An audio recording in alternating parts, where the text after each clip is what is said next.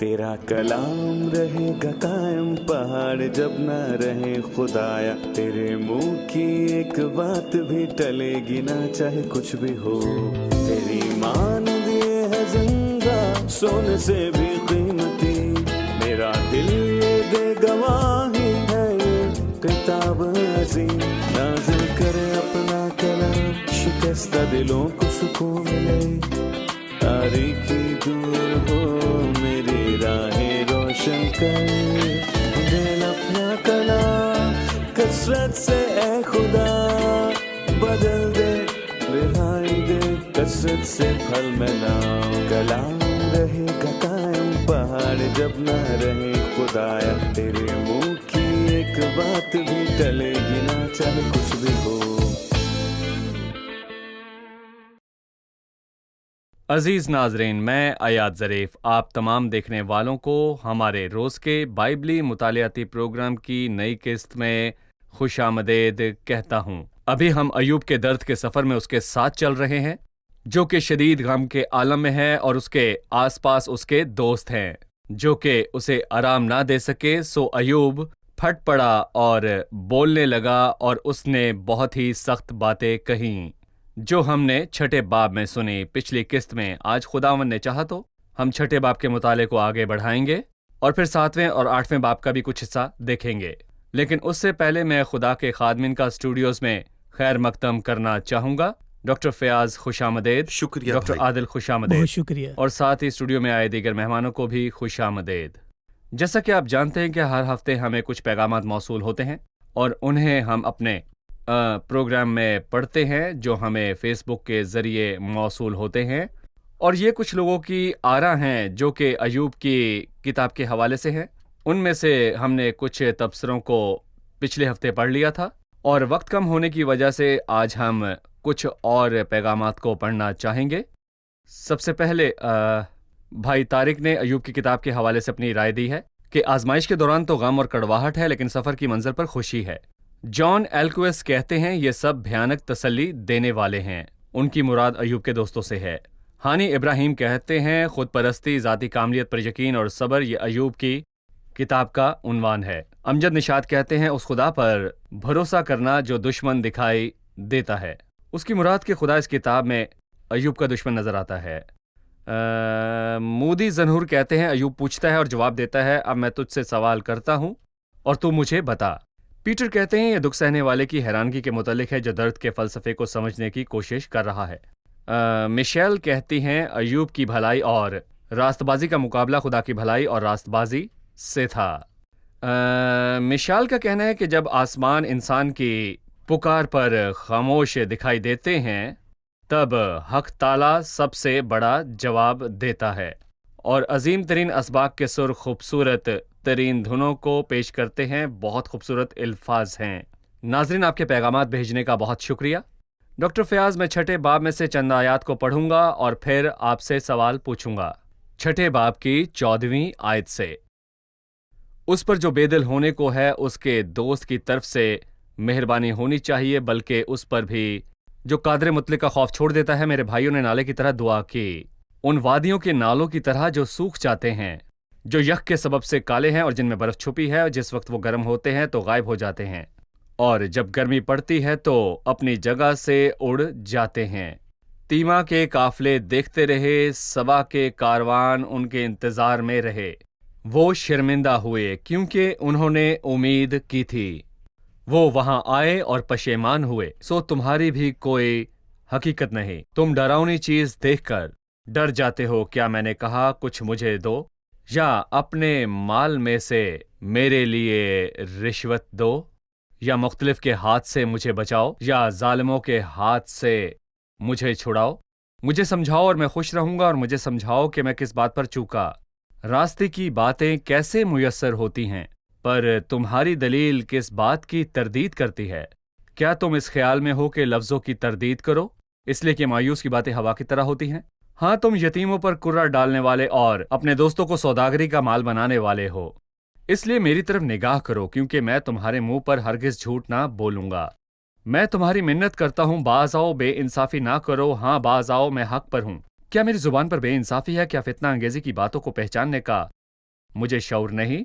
अयूब अपने दोस्तों के लिए इंतहाई सख्त अल्फाज इस्तेमाल कर रहा है। उसे उनसे क्या तवक्को थी जो पूरी ना हो सकी। वो बहुत खूबसूरत शायराना अक्स को पेश करता है जिसमें अपने दोस्त को बेवफा कहता है, और 14वीं आयत में वो कहता है कि मुसीबत ज़दा शख्स जो कि मुसीबत में है उसे अपने दोस्त से रहमदिली की तवक्को होती है, चाहे उसने खुदाए कादिर को छोड़ दिया हो। और अगर मेरी रूहानी और इखलाकी हालत इतनी बुरी है कि मैंने खुदा के साथ अपना ताल्लुक ही खत्म कर लिया, तो भी मुझे मेरे दोस्तों से उम्मीद है कि वो मेरा साथ मुझे देंगे। बहाल करें। लेकिन अफसोस कि तुमने मेरे लिए कुछ ना किया। मुझे तुमसे साथ देने की तवक्को थी, लेकिन अफसोस कि तुमने मुझे मायूस किया। वो उन्हें नाले की मानद कहता है, मेरे भाई ने मेरे लिए नाले की माने दुआ की। नाले का मतलब है कि पानी की ऐसी धार जो काट कर रख दे। उससे पानी निकलना चाहिए, लेकिन उसमें से पानी ना निकला। नाला पानी की नदी को कहते हैं। पानी की वो नदी जिसकी धार काट डालती है। मैंने आकर देखा उसमें पीने को पानी ना था। उन नालों को जो सूख जाते हैं सहरा में लगी पानी वाली चक्की की मानिंद, जहाँ पर पानी बस घूमता रहता है, जो यख के सबब से काले हैं और जिनमें बर्फ छिपी है, बिल्कुल उस तालाब की तरह जो मेरे वहां पहुंचने पर मुझे जमा हुआ मिला, जिसमें कोई पानी नहीं, बस बर्फ ही बर्फ है, और वो मेरे किसी काम का नहीं। या उन मुसाफिरों की तरह जो सहरा के काफले में हों और वो सहरा में नखलस्तान देखते और उसकी तरफ बढ़ते हों कि वहां हमें सब्जा और पानी लेकिन उन्हें मिलेगा, कुछ नहीं मिलता। और उन्हें पता लगता है कि वो बस सैराब था और वहां पर कुछ नहीं, और तुम भी ऐसे हो। मैंने सोचा मुझे तुम में कुछ अच्छा मिलेगा, लेकिन तुम में कुछ अच्छा नहीं है। और फिर इसके अलावा मैं कहूँगा कि इसके बरक्स तुमने मुझे तलख बातें कहीं। मुझे तालीम दो ताकि मैं समझ सकूं कि मैंने कहाँ पर खता की। तुम बहुत ही जोरदार अल्फाज कह रहे हो, लेकिन रास्ते की बातें कैसी मौसर होती हैं। पर तुम्हारी दलील किस बात की तरदीद करती है? तुम मुझे मलामत क्यों करते हो? मुझे बताओ कि मैंने क्या किया। और इसीलिए वो 29वीं आयत में वाज़ेह तौर पर ये कहता है, बाज आओ और बेइंसाफी ना करो। बाज आओ, बेइंसाफी ना करो। मैं हक पर हूँ। क्या मेरी जुबान पर बेइंसाफी है? क्या फितना अंगेज बातों के पहचानने का मुझे शऊर नहीं? इसका मतलब है कि मैं आजमाइश में हूँ। इसका खत में कोई ताल्लुक नहीं, जैसा कि तुम कहते हो ऐसी मुझ में कोई बात नहीं। और जिस आजमाइश में मैं अब हूँ उसका गुनाह और बदी की बातों या अमल से कोई ताल्लुक नहीं। तुम किसी और चीज के मुतालिक गुफ्तगू कर रहे हो, जबकि मैं तुमसे मुकम्मल तौर पर मुख्तलिफ बातों की तवक्को रखता हूँ। अफसोस कि मैंने सैराब को पाया, पानी के उस चुक्के की मानिंद जो पानी को निकालता है, और तुम हरगिज किसी बेकार। काम के नहीं। मैं तुमसे कहता हूँ तुम बेवफा हो। उसने उनसे नरमी और तसल्ली की उम्मीद रखी, लेकिन ऐसा जी। कुछ ना पाया, बल्कि सख्त बातें, जबकि वो बातें सही थीं। भाई, अयूब के दोस्त उसे तसल्ली देने में नाकाम क्यों रहे? उन्होंने क्यों उसकी बीमारी को सही तौर पर ना जाना और उसका गलत इलाज किया? मेरा ख्याल है कि 3 वजूहात से। पहली ये कि वो खुदा को हकीकी तौर पर ना जानते थे। उन्होंने फ़क़्त खुदा के एक पहलू पर ज़ोर दिया और दूसरे को तर्क कर दिया। उन्होंने खुदा के इंसाफ पर ज़ोर दिया और भूल गए कि वो मोहब्बत से भरा है। दूसरी, उन्होंने अयूब की हकीकत को ना जाना। जैसा कि डॉक्टर फैज़ ने कहा, उन्होंने अयूब पर इल्ज़ाम लगाया कि उसकी ज़िंदगी में पोशीदा बदी है जिसे वो जानते ना थे कि इन आफ़तों का मंबा जिनसे अयूब गुज़र रहा है ज़रूर बदी है। तीसरी, वो ख़ुद को भी लायक तौर पर ना समझते थे। वो खुद को अयूब से ज़्यादा रास्तबाज समझते थे और इसलिए उन्होंने ऐसे ज़ालिम अल्फाज इस्तेमाल किए, जैसा कि आपने बारहा कहा कि भाई आयाद कि वो डॉक्टर की मानंद हैं जो सही तशखीस नहीं कर पाता। जैसे कि मरीज़ ने डॉक्टर की एक राय ली और डॉक्टर ने उसे गठिया का मर्ज़ बताया, जबकि उसे कैंसर था। ठीक है, खूबसूरत बात है। यहाँ पर हम एक छोटा सा वक्फा लेंगे और उसके बाद मेहमानों के सवालात के साथ फिर हाजिर होंगे। हमारे साथ रहिए। अयूब ने एलिफुस से बात करना बंद कर दिया और उसने खुदा से बराह रास्त बात करना शुरू कर दी। हालांकि अयूब एक रास्तबाज जिंदगी गुजार रहा था, उसने इस तौर पर जीने की अफादियत पर शक करना शुरू कर दिया। लिहाजा वो इस खतरनाक नहज पर पहुंच गया जहां उसने ये सोचना शुरू किया कि खुदा उसकी फिक्र नहीं करता और वो बेइंसाफ है, और खुदा ने अयूब को इस बर्ताव के लिए बादज़ा मुलामत की। हो सकता है हमारा दर्द अयूब जितना बड़ा ना हो जो हमारे गुनाह के नतीजे आया, लेकिन हमें मोहतात रहना है कि दर्द के नतीजे में गुनाह ना करें।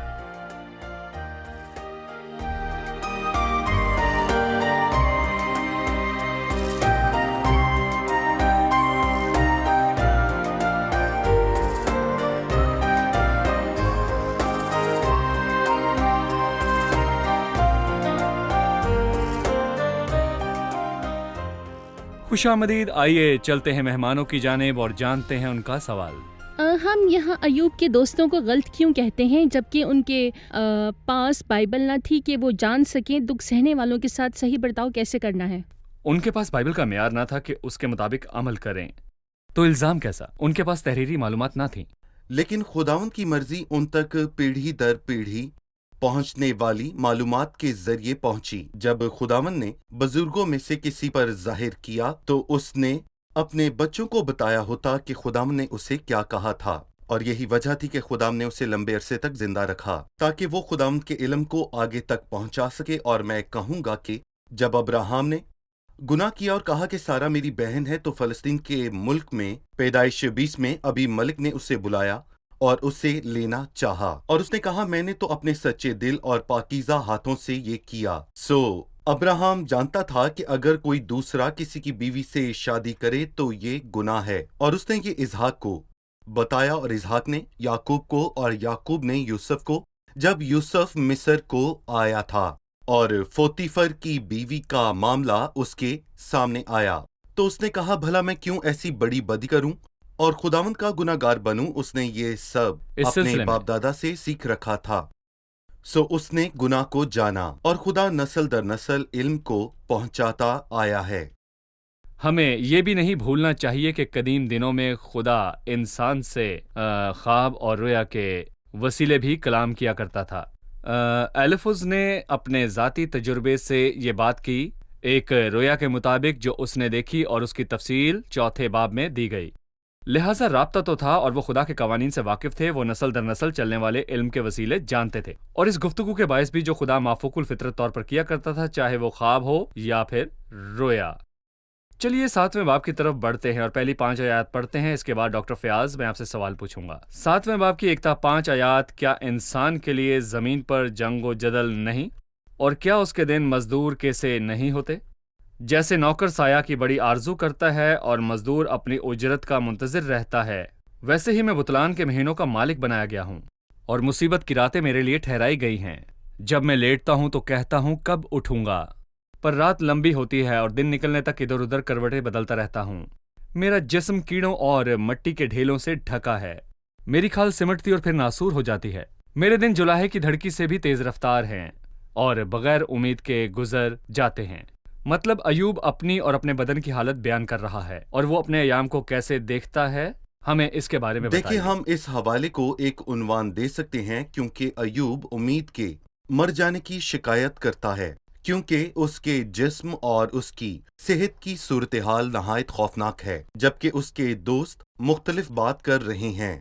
और वो कहता है मैं तो किसी मजदूर की मानिंद भी नहीं, जैसे मजदूर ख्वाहिश करता है कि उसकी मुशक्कत का दिन खत्म हो ताकि वो अपनी उजरत वसूल करे और घर जाकर आराम करे। लेकिन मुझे ये उम्मीद भी नहीं, क्योंकि मेरे दिन गुजरते जा रहे हैं और कोई हल दिखाई नहीं देता। जैसे नौकर साय की बड़ी आरजू करता है, यानी कि कब उसे छुट्टी हो और वो घर जाकर नींद ले, लेकिन मेरे पास ये सहूलत नहीं। मेरे दिन रात जैसे तारीख हैं। जब रात आती है तो मैं सो भी नहीं पाता। अगर मैं सो पाऊं तो चैन से उठ भी सकूं। बेख्वाबी। मैं नहीं सोता क्योंकि मेरी सेहत मुझे सोने की इजाजत नहीं देती। जब मैं लेटता हूं तो कहता हूं कि कब उठूंगा। रात लंबी होती है और दिन निकलने तक इधर उधर करवटें बदलता रहता हूं, क्योंकि मेरी सेहत खौफनाक हद तक खराब हो चुकी है। मेरा जिस्म कीड़ों और मट्टी के ढेलों से ढका हुआ है। मट्टी के ढेलों से मुराद दलदली मट्टी है, और मेरे बदन में कीड़े रेंगते हैं, और मेरा बदन कीचड़ में लुथड़ा है जो मेरे बदन के अंदर हैं, और मेरी खाल सिमटी और फिर नासूर हो जाती है। सिमटे से मुराद खाल खुरदरी और सख्त हो जाती है, और नासूर वो जख्म है जिसमें पीप पड़ जाए, जो खतरनाक है। मेरे दिन जुलाई की ढरकी से भी तेज रफ्तार हैं और बगैर उम्मीद के गुजर जाते हैं, और दिन ब दिन उसका कोई इख्तिताम दिखाई जुलाई नहीं की धड़की देता। तेजी से जुलाई हरकत की करती धड़की है। जो आगे पीछे हरकत करती है। कोई उम्मीद नहीं और दिन इस तरह गुजर रहे हैं, और तुम मुझसे एक मुख्तलिफ मसले पर बात कर रहे हो। आप मुझसे खुदा के इख्तियार और उसके इक़्तिदार के हवाले से बात कर रहे हैं, जबकि मेरी सेहत का तकाजा ये है कि कोई मुझे इन हालात में खुदा की तसल्ली की बात बताए। पर आप मुझसे मेरे हालात से बिल्कुल हट कर बात कर रहे हैं। सही। भाई आदिल 13वीं आयत से अयूब बोलता है, और वो कहता है जब मैं कहता हूँ मेरा बिस्तर मुझे आराम पहुँचाएगा, मेरा बिछौना मेरे गम को हल्का करेगा, تو خوابوں سے مجھے ڈراتا اور رویتوں سے مجھے سہما دیتا ہے، یہاں تک کہ میری جان پھانسی اور موت کو میری ان ہڈیوں پر ترجیح دیتی ہے۔ مجھے اپنی جان سے نفرت ہے، میں ہمیشہ زندہ رہنا نہیں چاہتا۔ مجھے چھوڑ دے کیونکہ میرے دن بتلان ہیں۔ انسان کی بساط ہی کیا جو تو اسے سرفراز کرے اور اپنا دل اس پر لگائے اور ہر صبح اس کی خبر لے اور ہر لمحہ اسے آزمائے۔ تو کب تک اپنی نگاہ میری طرف سے نہیں ہٹائے گا اور مجھے اتنی بھی مہلت نہ دے گا کہ اپنا تھوک نگل لوں؟ اے بنی آدم کے ناظر، اگر میں نے گناہ کیا تو تیرا کیا بگاڑتا ہوں؟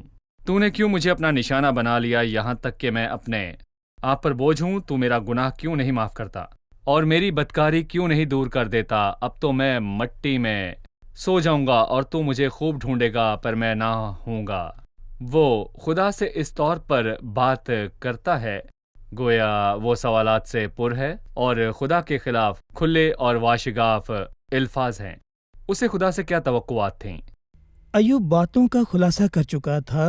جن آزمائشوں سے وہ گزرتا ہے وہ اس کی برداشت اور طاقت سے کہیں بڑھ کر ہیں، یہاں تک کہ 12ویں آیت میں وہ کہتا ہے کہ کیا میں سمندر ہوں یا مگر مچھ۔ اس کا مطلب یہ ہے کہ اس کے لیے معلومات بہت سخت اور یہ حالات بہت تلخ تھے اور وہ ایسی آزمائشوں کا مقابلہ نہیں کر سکتا تھا، لہٰذا اس نے خلاصہ کیا کہ اس کے پاس 2 راستے ہیں جن پر وہ چل سکتا ہے۔ پہلا راستہ یہ ہے کہ وہ مر جانا چاہتا ہے تاکہ وہ اس درد سے چھٹکارا پا لے۔ سو اس نے 15ویں آیت میں کہا، یہاں تک کہ میری جان پھانسی اور موت کو میری ان ہڈیوں پر ترجیح دیتی ہے، اور اگر نہیں تو دوسرا راستہ یہ ہے کہ بھلے ہی کوئی یہ سمجھے کہ معاف سب کر سکتا گناہ ہے۔ کے باعث ہوتا ہے تو بھی میں اس سے متفق نہیں، لیکن اگر ایک لمحے کو میں اس بات کو مان بھی لوں، اگر میں یا نے پھر تو گناہ مجھے معاف کیا ہے کر دے۔ تو تیرا کیا بگڑتا ہے؟ لہٰذا اس مسئلے کا حل میرے پاس نہیں ہے بلکہ تیرے پاس مسئلے کا صحیح، حل ہے۔ بہت ہی زبردست باتیں ہیں۔ بھائی فیاض 8ویں باب میں لکھا ہے، تب بلدد سوخی کہنے لگا، تو کب تک ایسے ہی بکتا رہے گا اور تیرے منہ کی باتیں کب تک آندھی کی طرح ہوں گی؟ کیا خدا ہی بے انصافی کرتا ہے؟ کیا قادر مطلق عدل کا خون کرتا ہے؟ اگر تیرے فرزندوں نے اس کا گناہ کیا ہے اور اس نے انہیں انہی کی خطا کے حوالے کر دیا، تو بھی اگر خدا کو خوب ڈھونڈتا اور قادر مطلق کے حضور منت کرتا، تو اگر تو پاک دل اور راست باز ہوتا تو وہ ضرور اب تیرے لیے بیدار ہو جاتا اور تیری راست بازی کے مسکن کو برومند کرتا، اور اگرچہ تیرا آغاز چھوٹا سا تھا تو بھی تیرا انجام بہت بڑا ہوتا۔ انہوں نے اسے پچھلے زمانے کے متعلق کہا کہ ذرا پچھلے زمانے کے لوگوں سے پوچھ اور جو کچھ ان کے باپ دادا نے تحقیق کی ہے اس پر دھیان کر، کیونکہ ہم تو کل کے ہیں اور کچھ نہیں جانتے اور ہمارے دن زمین پر سایہ کی مانند ہیں۔ کیا وہ تجھے نہ سکھائیں گے اور نہ بتائیں گے اور اپنے دل کی باتیں نہیں کریں گے؟ کیا ناگر موتھا بغیر کیچڑ کے اگ سکتا ہے؟ کیا سرکنڈا بغیر پانی کے بڑھ سکتا؟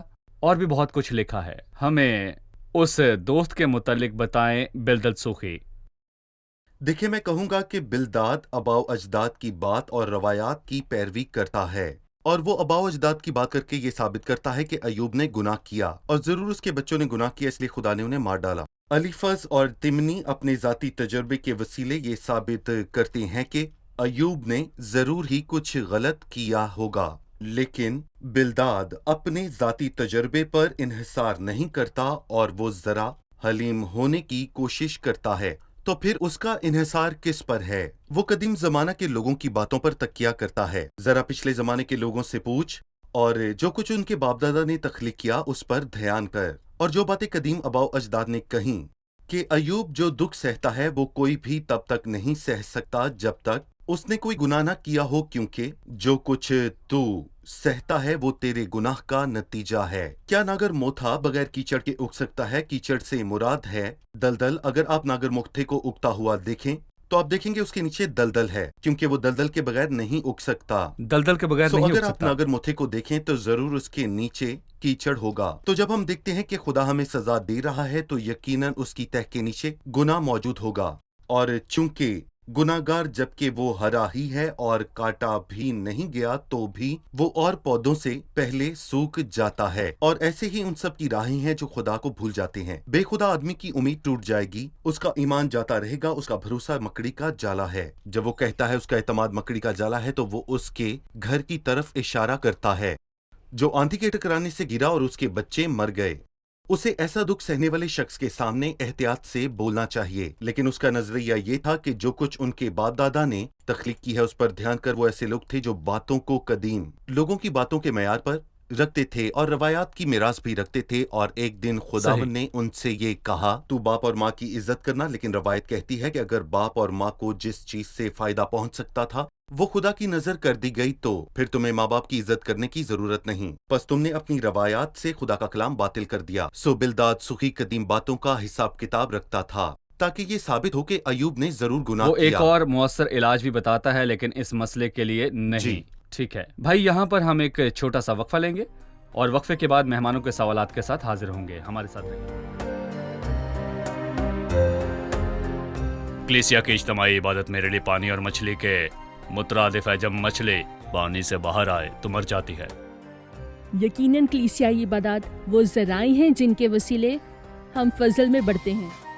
ये वो बेहतरीन मुकाम है जहाँ हम खुदा को देख सकते और उसकी ताज़ीम कर सकते हैं। इबादत के अंदर हम खुदा के कलाम की तशरीह को सुनते हैं, साथ ही खुदा हर एक के साथ मुख्तलिफ तौर पर कलाम भी करता है। इबादत में हम अपने नजरियात को दूसरों तक पहुंचाते हुए खुदा के कलाम को भी सुनते हैं। मैं कलीसिया में बढ़ता हूँ। ये वो मुकाम है जहाँ मुझे हौसला और तसल्ली मिलती है।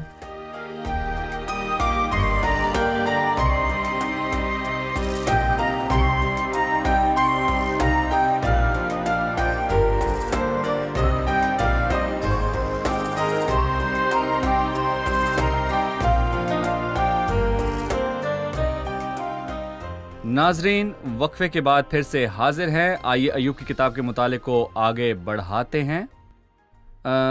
किस्त का इख्तितामी मरहला आ चुका है, लेकिन मैं चाहूँगा कि हम एक साथ बात करें कि हमने मुताले के दौरान क्या कुछ सीखा। आज हमने 6, 7वें और 8वें बाब का मुताला किया, लिहाजा आपने क्या सीखा?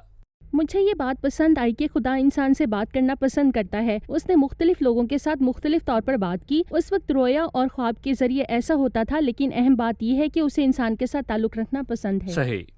मुझे ये बात अच्छी लगी कि अगर मुझे किसी के दुख में उसे आराम देना है और अयूब के दोस्तों वाली गलती नहीं करनी, तो मुझे 3 बातों का ख्याल रखना होगा। पहली ये कि खुदा की हकीकत को जानना। यहाँ उन्होंने खुदा के रास्तबाज और आदिल होने पर जोर दिया है, पर वो भूल गए कि वो मोहब्बत से भरा है। दूसरी, अपनी हकीकत को जानना कि मैं दुख सहने वालों से बेहतर नहीं हूँ, मैं भी उसी सूरत हाल में पड़ सकता हूँ। और तीसरी, दुख सहने वालों की हकीकत को जानना, हो सकता है मैं उसके हालात को गलत तौर पर समझ बैठूं, मुझे सूरत हाल को मुकम्मल तौर पर समझना है। सही। जानते हैं, कहा जाता है किसी की मदद करने के काबिल होने के लिए आपको खुद को उसी सूरत हाल में डालने की ज़रूरत है ताकि आप एहसासात को समझ सकें। आपको अंदाज़ा हो कि अगर आप इस सूरत हाल में होते तो आप क्या करते। मेरा ख्याल है कि खुदावंद के लिए नबूवत में यही कहा गया है कि खुदा ने मुझको शागिर्द की ज़ुबान बख्शी है, ना कि उस्ताद की। वो खुद को हमारी जगह रख कर उन हालात का तजुर्बा करता है। सो जब वो हमें मशवरा देता है तो हमारी हालत को समझते हुए हमदर्दी रखता है, क्योंकि जिस सूरत में उसने खुद ही आजमाइश की हालत में दुख उठाया तो वो उनकी भी मदद कर सकता है जिनकी आजमाइश होती है। जी आप कहिए। मैंने बिलदत सूखी से सीखा जब उसने कहा कि अयूब के बच्चों की मौत उनके गुनाहों की सज़ा है, कि मुझे हर उस शख्स की अदालत नहीं करनी चाहिए जो किसी हादसे में मरता है। गोया ये उसके गुनाहों की सज़ा है कि उसने लाजमन कुछ गलत किया होगा जिसके बायस वो यूँ मरा। हमें हर एक गमज़दा या मुसीबत ज़दा पर सही तनकीद नहीं करनी चाहिए। ऐसी खास गुफ्तगू में कलाम की कसरत खता से खाली नहीं। हमें कम बोलना चाहिए और खुदावंद के हजूर घुटने ज्यादा टेकने चाहिए। कोई भी लफ्ज़ जो हम किसी भी सूरत हाल में कहें, हो सकता है हम उसमें औरों को मुजरिम ठहराते हों। मैंने सीखा कि अमूमन आजमाइशों में हम ये कहते हैं कि खुदा ने मेरे साथ ऐसा क्यों किया, ये आजमाइश इतनी देर तक क्यों रही। अगर मैं जानती हूँ कि खुदा मेरी तरफ है और इस तरह मैं उस सबक को जल्द सीख लूँगी और आजमाइश तेज़ी से ख़त्म हो जाएगी। ज़बरदस्त, बहुत शुक्रिया। خدا آپ کو برکت دے. آپ کا ہونا ہمارے لیے حوصلہ افزا ہے. آنے والی قسط میں مطالعے کو آگے بڑھائیں گے. خادمین کا بھی شکریہ. خدا جی، برکت آپ کا دے. خدا آپ کو برکت دے. عزیز ناظرین، ایوب اب تک درد میں مبتلا ہے اور ناکام طبیب اب تک اسے علاج پیش کر رہے ہیں اور ان سے مرض کی تشخیص میں غلطی ہوئی. ایوب کو وہ بیماری نہیں جو انہیں لگتی ہے. ایوب کا مرض کچھ اور ہے. خدا اس کے واسطے علاج کی تیاری کر رہا ہے، لیکن اس کے سب دوست کچھ اور ہی مسئلہ بیان کر رہے ہیں اور اسے ایک مختلف علاج بتا رہے ہیں. عزیز ناظرین، دل کی حالت فقط خدا کی حضوری میں ہی ظاہر ہوتی ہے.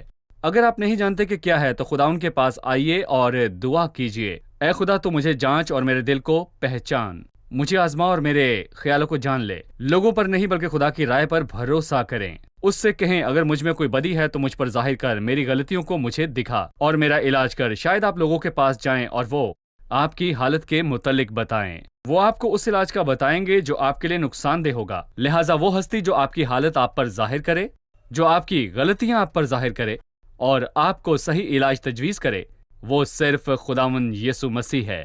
اس کے پاس آپ جیسے ہیں ویسے ہی آ جائیں. اس سے کہیں، اے خداوند مجھے تعلیم دے، میرے دل کی باتوں کو ظاہر کر، میری سوچوں کو عیاں کر، میرے ذہن کی حالت سے مجھے واقف کر، میری پوشیدہ باتوں کو مجھ پر ظاہر کر اور دیکھ مجھ میں کوئی بری روش تو نہیں اور مجھ کو ابدی راہ لے چل. آنے والے پروگرام میں پھر ملیں گے. خدا آپ کو برکت دے. مش هنسى روعة وقفتك لما بإيدك خدتني، ولا هنسى لحظة سندتك لما تعبت حملتني. مش هنسى روعة وقفتك لما بإيدك خدتني، ولا هنسى لحظة سندتك لما تعبت حملتني. جيت لي بنعمة رفعتني رغم التجارب والألام. لما انحنيت طمنتني، ما هو انت ليك آخر كلام. جيت لي بنعمة رفعتني رغم التجارب والآلام. لما انحنيت طمنتني، ما هو انت ليك آخر كلام. ربي بعظم نعمتك واهتف بفضلك كل حين، واشهد بروعة رحمتك وقت التجارب والأنين. ربي بعظم نعمتك واهتف بفضلك كل حين، واشهد بروعة رحمتك وقت التجارب والأنين. تیرا کلام رہے گا قائم پہاڑ جب نہ رہے خدایا. تیرے منہ کی ایک بات بھی ٹلے گی نہ چاہے کچھ بھی ہو. تیری مان دیے ہے زندہ سونے سے بھی قیمتی. میرا دل یہ دے گواہی ہے یہ کتاب عظیم. نازل کرے اپنا کلام، شکستہ دلوں کو سکون ملے. تاریکی دور ہو میری راہیں روشن کر. دل اپنا کلام کثرت سے اے خدا بدل دے، رہائی دے کثرت سے پھل ملاؤ. کلام رہے گا قائم پہاڑ جب نہ رہے خدایا. تیرے منہ کی ایک بات بھی ٹلے گی نہ چاہے کچھ بھی ہو.